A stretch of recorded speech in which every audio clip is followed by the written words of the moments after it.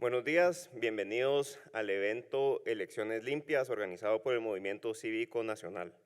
Nosotros como Movimiento Cívico Nacional vemos un gran valor e importancia y significado en las elecciones generales en Guatemala. El valor de las elecciones para una república es uno de sus puntos fundamentales, ya que representa años y siglos de desarrollo dentro del ámbito político y social como un mecanismo en las cuales las sociedades se han logrado organizar para controlar el poder público, para representar un mecanismo de alternabilidad en paz. Guatemala no ha quedado atrás y en los últimos años también ha tenido ese desarrollo y hemos alcanzado un buen nivel de democracia con las elecciones. Sin embargo, bien dicen varios filósofos que la vigilancia, la libertad es para mantenerla y protegerla. Y así sucede algo similar con las elecciones, con el proceso electoral y con la democracia. No podemos dar por hecho que va a suceder todo de forma magnífica y se va a mantener igual sin el involucramiento de los ciudadanos y con el involucramiento de los diferentes actores sociales. Es un requisito indispensable y necesario para que las elecciones funcionen correctamente y se resguarden estos principios democráticos y republicanos en una sociedad. Actualmente también tenemos que tomar en consideración el contexto social que nos encontramos. No es único en Guatemala que existe un contexto social de polarización, de descalificación, sino es un fenómeno mundial. Entonces también hacer el llamado que afrontemos esa condición con liderazgo cívico y ciudadano, sabiendo que existe esta polarización en todo el mundo y que Guatemala no es la excepción y que también se va traduciendo a cierta desconfianza hacia las instituciones que ya habían alcanzado altos grados de confianza. Es por eso que se hace hoy necesario, más que nunca, la necesidad de un liderazgo ciudadano y cívico de cada uno de nosotros. Tomamos el tiempo para invitar a líderes ciudadanos, sociales y comunitarios para poder hacerles esta invitación, que podamos unirnos para uno de los puntos medulares de nuestra República Democrática como lo son las elecciones. Una buena gestión de las elecciones y unas elecciones y transiciones de poder pacíficos son de gran beneficio para todos los ciudadanos. Es la elección en donde los ciudadanos participan activamente. Regularmente tenemos diversas elecciones constitucionales casi que todos los años en Guatemala y muchas veces pasan desapercibidas. Pero no es el caso con las elecciones, porque son no solo los ciudadanos quienes votan, sino también los ciudadanos quienes participan en las juntas electorales a través de un voluntario cívico muy importante y muy valioso, quienes dependen de las elecciones. Tenemos también una nueva magistratura que será a cargo de estas elecciones y también damos la bienvenida a los magistrados que nos acompañan el día de hoy, a los cuales hacemos la invitación que juntos podamos ejercer ese liderazgo ciudadano y cívico responsable del cual depende el futuro del país, el futuro de la República Democrática y el futuro de la sociedad y mantener y proteger y mejorar lo que por tantos años hemos luchado los guatemaltecos. Así que les damos la bienvenida y también vamos a ver un video de bienvenida y luego pasaremos al primer panel. Bienvenidos. Movimiento. Primer panel, regulación electoral. Invito a nuestros panelistas a pasar adelante. Germán Girón, presidente de CACIF. César Singüenza, coordinador del área jurídica de la Fundación 2020, y Pablo Hurtado, secretario ejecutivo de la Asociación de Investigación y Estudios Sociales, ASIES. Este panel será moderado por José Echeverría, presidente del MSN. Pues gracias, qué gusto poder tener este panel. Una de las intenciones también para dar inicio es que vamos a tener esas intervenciones con grabación para poder transmitirlas posteriormente y divulgarlas en redes sociales, y las personas que por X o Y motivo no nos pudieron acompañar puedan tener este mensaje. El nombre del panel es la regulación electoral, que puede parecer un nombre bastante amplio, no es exclusivamente de abogados, por eso no tenemos solo abogados en el panel. Y lo importante es que en la regulación electoral, que está comprendida en diferentes instrumentos jurídicos, tiene una afectación directa en las libertades y derechos cívicos y políticos de los guatemaltecos. Entonces tenemos una serie de preguntas que hemos preparado para poder discutir el día de hoy. Vamos a iniciar con la primera, y es que durante esta legislatura varios grupos sociales discutieron una reforma a la ley electoral, la eventualidad de esta reforma. Sin embargo, a pocos meses de la convocatoria, esta no se materializó. Entonces, esa pregunta es para César Sigüenza, que de la Fundación 2020 dan ese seguimiento diario al Congreso de la República. ¿Cuáles son los grandes o los temas importantes por resolver en la materia electoral? Pues primero que nada, buenos días a todos. Agradecer la oportunidad, buenos días a los señores magistrados, a los diversos funcionarios, a los amigos que nos acompañan. Creo que la pregunta es muy importante porque el ejercicio que acabamos de vivir, de nuevamente intentar hacer una reforma a la ley electoral, nos llama, creo yo, como sociedad a buscar unidad de criterio, buscar consensos, buscar los cambios que llenen ciertos requisitos y atiendan asuntos importantes y correcciones urgentes, que creo yo, José, sería la división por la que empezaría si me tocara identificar cuáles son los cambios que debe tener la ley electoral. Creo que hay un paquete importante de ajustes que tienen que ver con correcciones, con actualizaciones, con mejoras administrativas, o mejoras más bien que requiere la administración para funcionar bien, para que se gestione bien el proceso electoral, para que funcione bien la justicia electoral, para que se mejore de alguna manera la forma en la que se lleva el registro de ciudadanos, para que se aclare la interpretación de las sanciones, de las prohibiciones. Entonces creo que este rubro de correcciones yo lo pondría como lo urgente, lo pondría como aquellas cosas que tienen que darse, porque si no tenemos disfuncionalidades que de alguna manera pues lo que implican es que el Tribunal Supremo pues tiene el reto de que con esta ley y a través de sus resoluciones pues solventarlo. Dicho sea de paso, todos esperamos que aunque lamentablemente el Congreso no aprobó nada, pueda, al igual que las elecciones pasadas, llevarse el proceso. Sin embargo, creo que sí hay correcciones profundas que hacerse, que hay debilidades muy importantes en la ley que están a la vista de todos. Para cerrar este rubro de cosas urgentes, yo quisiera pues comentar con todos acá lo que hemos observado de los medios de comunicación, ¿verdad?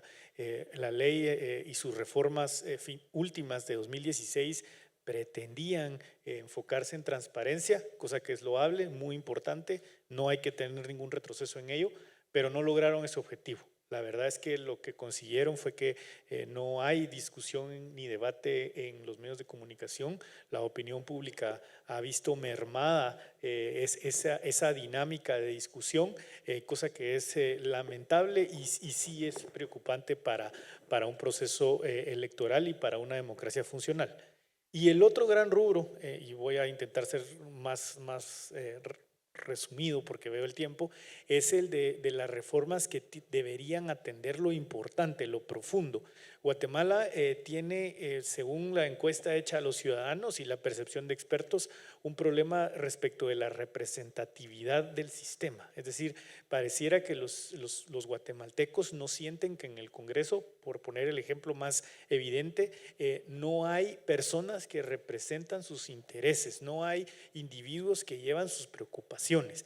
Entonces creo que de la parte de lo importante, José, yo destacaría las reformas que tienen que atender la representatividad.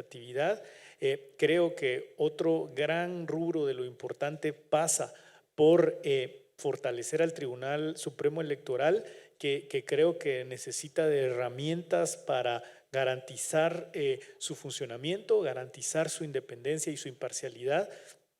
Y creo yo que el otro aspecto importante es el de potenciar la participación política de los ciudadanos. Creo que todos sabemos que participar es complicado, es un reto para cualquier persona, y creo que en la medida en la que el sistema permitiera mayor participación, aquí se ha hablado, yo sé que no es para ahondar, pero de partidos regionales, de hacer menos difícil la creación de partidos, etcétera, etcétera. Esas medidas que permitieran a las personas participar más libremente y activamente en la democracia, creo que sería el tercer rubro que yo colocaría en este de lo importante. Resumiendo, lo urgente y lo importante, diría yo, que son los dos bolsones que destacaría para una reforma acotada y puntual de la regulación electoral. Perfecto. Gracias, César. Sin duda alguna, una tarea, podríamos llamarle maratónica, porque no necesariamente tiene una solución inmediata para el próximo proceso electoral, pero sí que sigue siendo importante recalcar sobre estos puntos porque la ley electoral y su regulación debería ser actualizada constantemente conforme a las necesidades de los ciudadanos.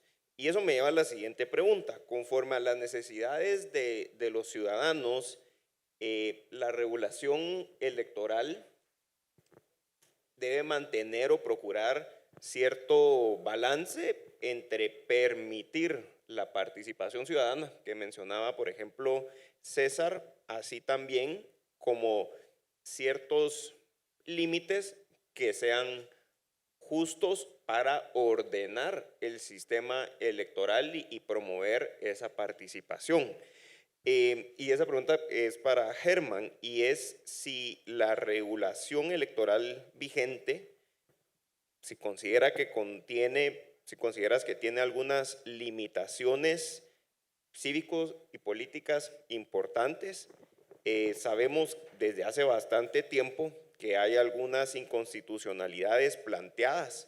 Y entonces, viendo esto, ¿qué debería suceder para garantizar mayor certeza y el cuidado de los derechos en el proceso electoral? Es un evento que creo que es importante. Los puntos de vista que estamos compartiendo en este panel y en los siguientes, creo que es importante que la sociedad pueda tener este debate, y felicito a MCN por provocar la invitación.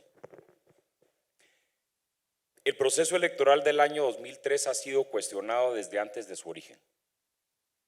Las reformas a la ley electoral que fueron vigentes en el proceso del 2019 han sido cuestionadas por las subjetividades que introducen y los resultados no esperados, porque sin duda el legislador, cuando aprobó la norma, pretendía generar una trazabilidad entre el fondeo lícito y el fondeo ilícito y lo que puedan ser actos de corrupción.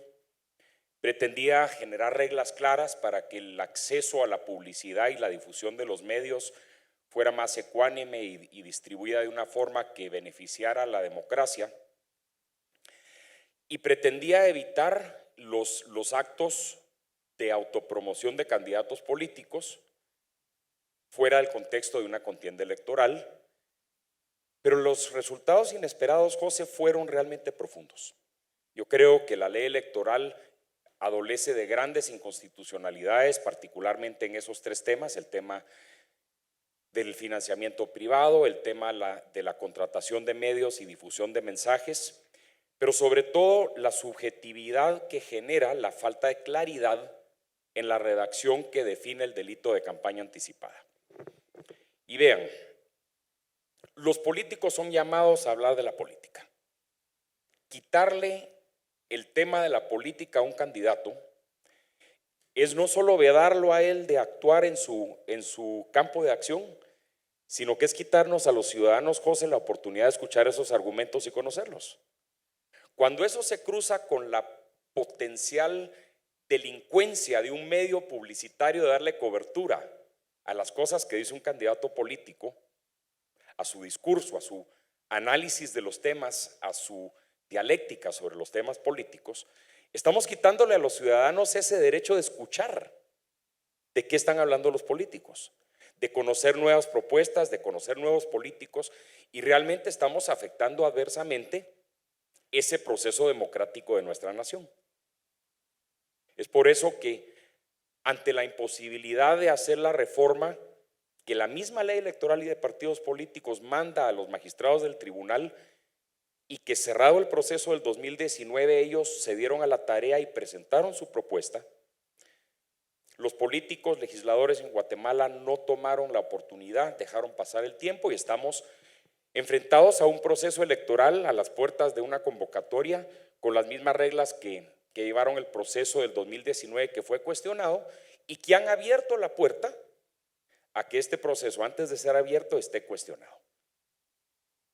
Los procesos de acciones de inconstitucionalidad, hay varios, están en manos de la Corte de Constitucionalidad, que no dio un amparo provisional, que acumuló los procesos, por lo que yo entiendo, y que los tiene dentro del análisis. Yo creo que es importantísimo que la Corte de Constitucionalidad nos dé una resolución antes del llamado a la convocatoria electoral. Creo que es importante que esas normas que están en cuestión sobre su procedencia o no dentro del marco constitucional sean analizadas y tengamos una resolución, para que esos cuestionamientos que hacen personas que buscan destruir institucionalidad no se conviertan en cuestionamientos legítimos dentro del marco de nuestra ley en este proceso 2023.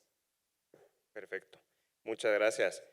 La siguiente pregunta para Pablo Hurtado de Asíes es en relación a los reglamentos. ¿Existe alguna necesidad o tal vez podemos llamarle también oportunidad para revisar o actualizar los mismos, y cuál es la expectativa que hay alrededor de eso según lo que ustedes han logrado revisar? Sí, muchas gracias. Gracias por la invitación. Valoro y reconozco mucho la presencia de los señores magistrados, la señora presidenta y los señores magistrados, porque justamente es un tema de especial relevancia. Ya César y Germán se referían sobre las dificultades o las necesidades a nivel legal que existen, y hay que encontrar una salida. Necesariamente hay que encontrar una salida. Tradicionalmente y pues en una forma muy teórica, bonita, se habla que los reglamentos solo deben desarrollar las leyes.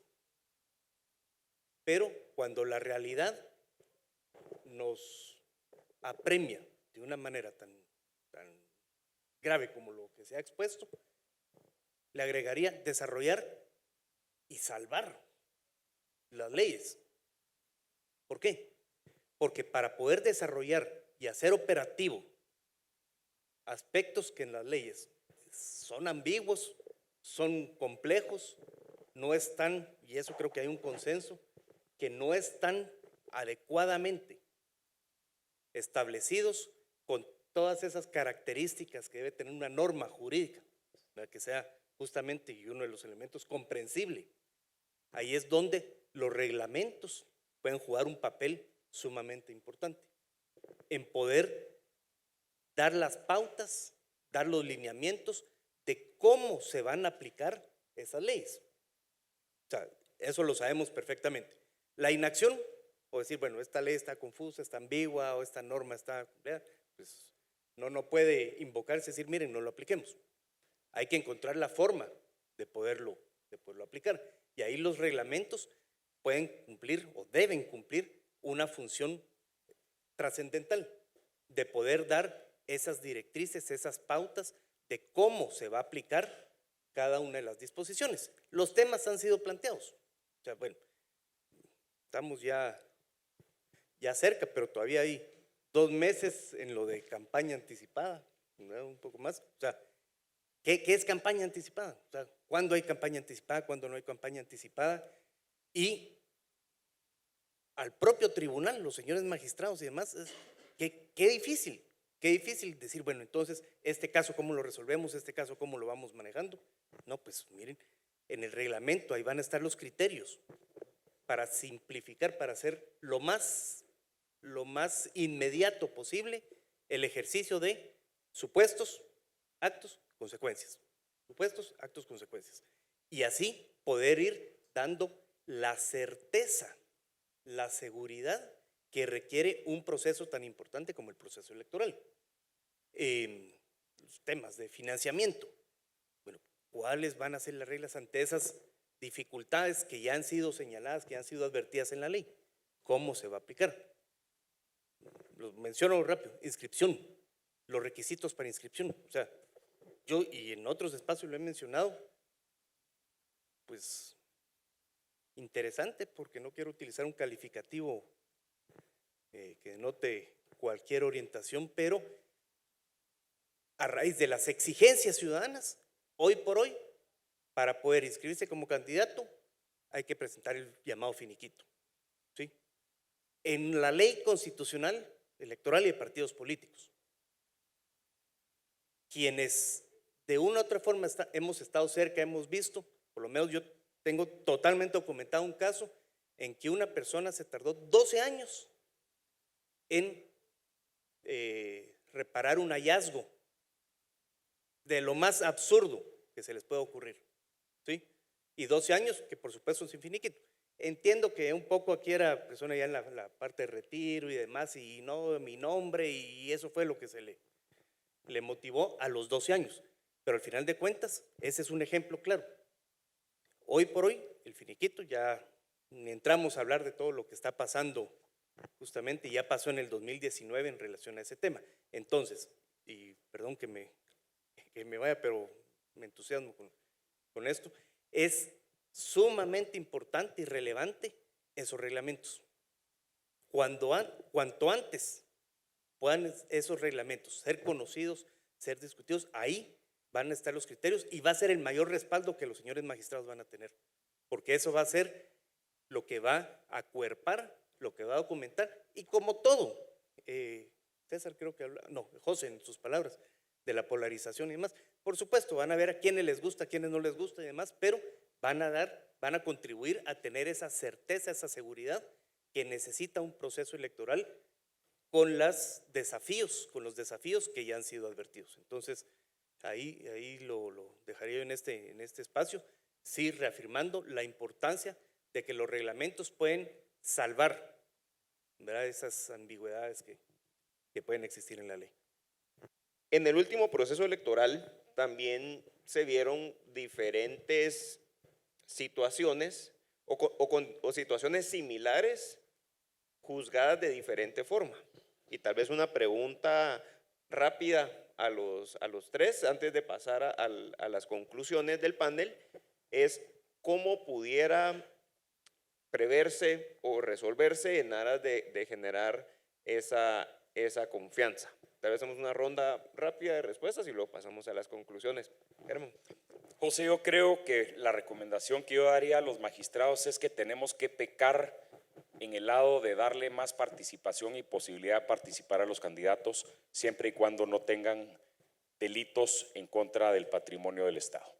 Creo que de los centros de la ley electoral y de partidos políticos lo que se buscaba era generar un vínculo entre dinero que viene de proveedores del Estado que están buscando promover candidaturas de políticos que posteriormente puedan retribuirles con obras del Estado. Y creo que ese es el centro de lo que tenemos que evitar.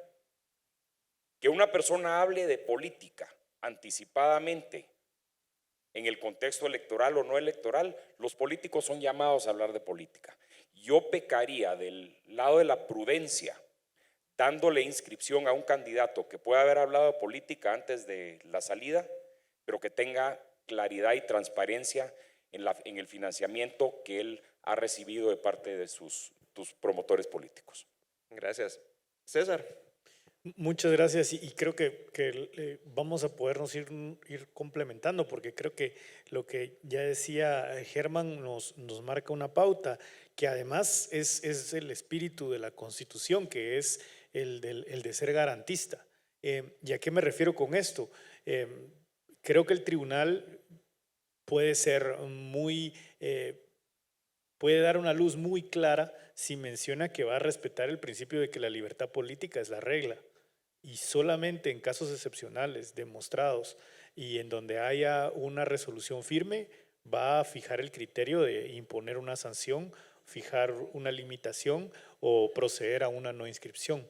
Ya mencionaba Pablo lo del finiquito y creo que hasta es, digamos, evidente que la parte de que es una constancia transitoria nos habla de que evidentemente pues no es una resolución firme. Entonces yo creo que más allá de que el tribunal no actúa a priori, es decir, debe resolver cuando las cosas suceden, cuando llegan a ellos en su parte de tribunal, en su aspecto de ente regulador, sí puede adelantar, digamos, su carta de principios, su postura y con eso ir disipando todo lo que pudiera generar ruido en el proceso. Digamos, creo que si se fijan esos principios, si se aclaran esas ideas que el tribunal va a tener en sus resoluciones, va a generar esa predictibilidad que va a contribuir a la certeza. Gracias. Pablo. Para completar, los mismos criterios se deben aplicar en todas las situaciones, o sea, todas las situaciones que cumplan las mismas condiciones, porque si no, se empieza a generar una vulnerabilidad, una dificultad de explicar por qué sí, por qué no. Y el otro gran elemento es el razonamiento, la motivación. O sea, y eso creo que toda la ciudadanía tenemos que tenerlo muy claro. Es al Tribunal Supremo Electoral en primera instancia, porque sabemos que todo después va a ser cuestionado en justicia constitucional, pero mientras más sólidos y fundamentados estén los criterios que respaldan las decisiones que se van a adoptar, no solo mayor certeza y mayor dificultad puede darse para quienes quieran impugnar, porque hay que impugnar y porque, ¿cómo es la expresión esa? Estoy en contra de los que están de acuerdo y a favor de los que están en contra. O sea, porque eso va a pasar lamentablemente. Pero mientras más sólidas y argumentadas y fundamentadas estén las decisiones del tribunal y de sus órganos, pues más certeza, más condiciones equitativas y de igualdad se van a dar para el proceso electoral. Eso tal vez como elementos. Muchas gracias. En la parte de regulación y todo este abanico de posibilidades y opciones que hemos visto, ¿cuáles serían sus conclusiones, recomendaciones o últimas reflexiones? Empezamos, si quieren, vamos en orden, César, Pablo y terminamos con Germán. Muchas gracias. Creo que de mi parte una de las conclusiones más importantes que podría dejar en el foro, pero como dice José, para la reflexión general es la ley electoral, la normativa electoral es la que fija las reglas del juego, que a su vez propicia quienes entran o no a ejercer el poder público. Se eligen alcaldes, se elige el Ejecutivo, se elige el Congreso de la República. Ahí se elige el funcionamiento de la administración pública y se elige en consecuencia a otro montón de funcionarios que son de nombramiento, como el Contralor, como las Cortes, si es que algún día se eligen. Y entonces lo que estamos diciendo es que hoy, cuando nos enfrentamos al momento de la papeleta, estamos incidiendo en qué va a pasar en nuestro país. Es decir, no es solamente pues, los diputados van a estar sentados, el presidente va a elegir a sus ministros y van a estar en sus oficinas. Es si a partir de ahí lográramos un cambio positivo en la integración de la administración pública, podríamos tener carreteras, podríamos tener educación, podríamos tener justicia, podríamos tener seguridad. Entonces, creo que una de las cosas que a mí más me preocupa es la lejanía que observo entre el ciudadano y lo que implica la política. O sea, hay una separación del ciudadano en sentir que es una decisión aislada de mi vida, quienes vayan al Congreso pues serán más de lo mismo, mientras que en el fondo realmente si ahí se lograra un cambio, verdaderamente afectaría nuestras vidas. Así que vincular lo que pasa en las elecciones con nuestro día a día, con mi negocio, con el tráfico que me hago para ir a trabajar, con el tiempo que tengo para compartir con mi familia, yo siento que es algo que tenemos que buscar, que la gente entienda que eso se relaciona con nuestra vida y con la forma en la que la llevamos y las oportunidades que tenemos de progresar. Gracias. Tenemos que trascender de una dinámica del esfuerzo y que se hace mucho esfuerzo y se trabaja agotadoramente para buscar hacia el resultado. ¿Cuáles son los resultados que se quieren? ¿Verdad? Y eso que permita alinear las acciones con la regulación. Estamos 5 meses, creo, de empadronamiento todavía. Bueno, ¿cómo logramos incrementar el número de empadronados? Como una acción sumamente importante, por supuesto, el marco regulatorio que ya está bastante bien establecido, que puedan alinearse. Otro elemento importante que quiero mencionar es, pongámosle especial atención a los asuntos que más complejidad o más dificultad han presentado. Hay varias cosas que han funcionado y funcionado bastante bien, ¿verdad? El tema de las juntas electorales, juntas receptoras de votos y demás, o sea, es algo que ha sido reconocido como bueno, que ha funcionado bastante bien. Fortalezcámoslo, démosle el empuje y demás y pongámosle atención a esos temas que se han planteado, que son los que ameritan pues realmente toda esa sintonización entre regulación, acción y bueno, y la parte la dar a conocer, la parte de la comunicación, que sabemos los señores magistrados han expresado públicamente ese compromiso de fortalecer la parte de la comunicación que es clave. Así que esas serían las ideas. Gracias. No me quiero montar a los temas de los siguientes paneles, pero definitivamente la confianza ciudadana en el proceso participativo el día de las elecciones, en la cual ciudadanos participan en la mesa, cuestionan los votos, cuentan, graban y comunican los resultados de sus mesas, es uno de los elementos que ha sido admirado por la sociedad guatemalteca. Los guatemaltecos hemos participado y es un elemento que creo que no debe de moverse ni cambiarse de ninguna forma, que el total de votos de la mesa lo cuentan, lo verifican, lo imprimen, lo firman, lo digitan, lo comunican y se puede verificar lo que llegó del otro lado. En los países donde se ha cuestionado el proceso electoral, uno de los elementos que existen es que dejó en manos electrónicas verificaciones que humanos en el pasado podrían hacer. Desde repúblicas muy sofisticadas como los Estados Unidos, existen problemas del conteo cuando se usan mecanismos electrónicos para medir, comunicar y transmitir la data. Entonces creo que lo que ha funcionado, de que en la mesa se ponen de acuerdo, se cuentan los votos, se cuadra, se firma y esos papeles físicamente permanecen y se utilizan para verificar, es algo que ha funcionado. Y yo invitaría a los magistrados a que en la modernización que están proponiendo, que creo que es un esfuerzo loable llevar a Guatemala hacia el siglo XXI, no se pierda ese elemento verificador del día de las elecciones, de que la persona que tiene una boleta de transmisión en su mano pueda sentir, digitalizar y confirmar del otro lado que recibieron los mismos números que nosotros mandamos.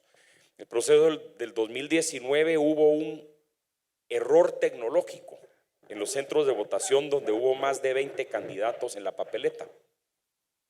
Ese error le llamaron el error 21. Y en minutos el Tribunal Supremo Electoral identificó dónde estaba originándose el problema, y en pocos minutos después el mismo sector empresarial, el PROE, observadores internacionales dijeron: ajá, tiene razón el tribunal, este es un problema de centros de votación de más de 21, encontraron cuál era el problema y con las boletas en mano, los mismos participantes de los centros de votación le dieron transparencia y credibilidad al proceso. Si eso hubiera sido transmisiones puramente digitales, ahí se pierde la credibilidad del proceso electoral. Entonces, hago el llamado a que este elemento tan importante de la participación ciudadana, pero también de la participación de la verificación del conteo, transmisión y verificación de la recepción de datos en el centro, en el gran centro de votación, siga siendo parte del proceso electoral. La intención de esto no es únicamente discutirlo, sino llevarlo a la acción y que entre diferentes grupos y líderes podamos promoverlo para poder cuidar, proteger y promover unas elecciones limpias.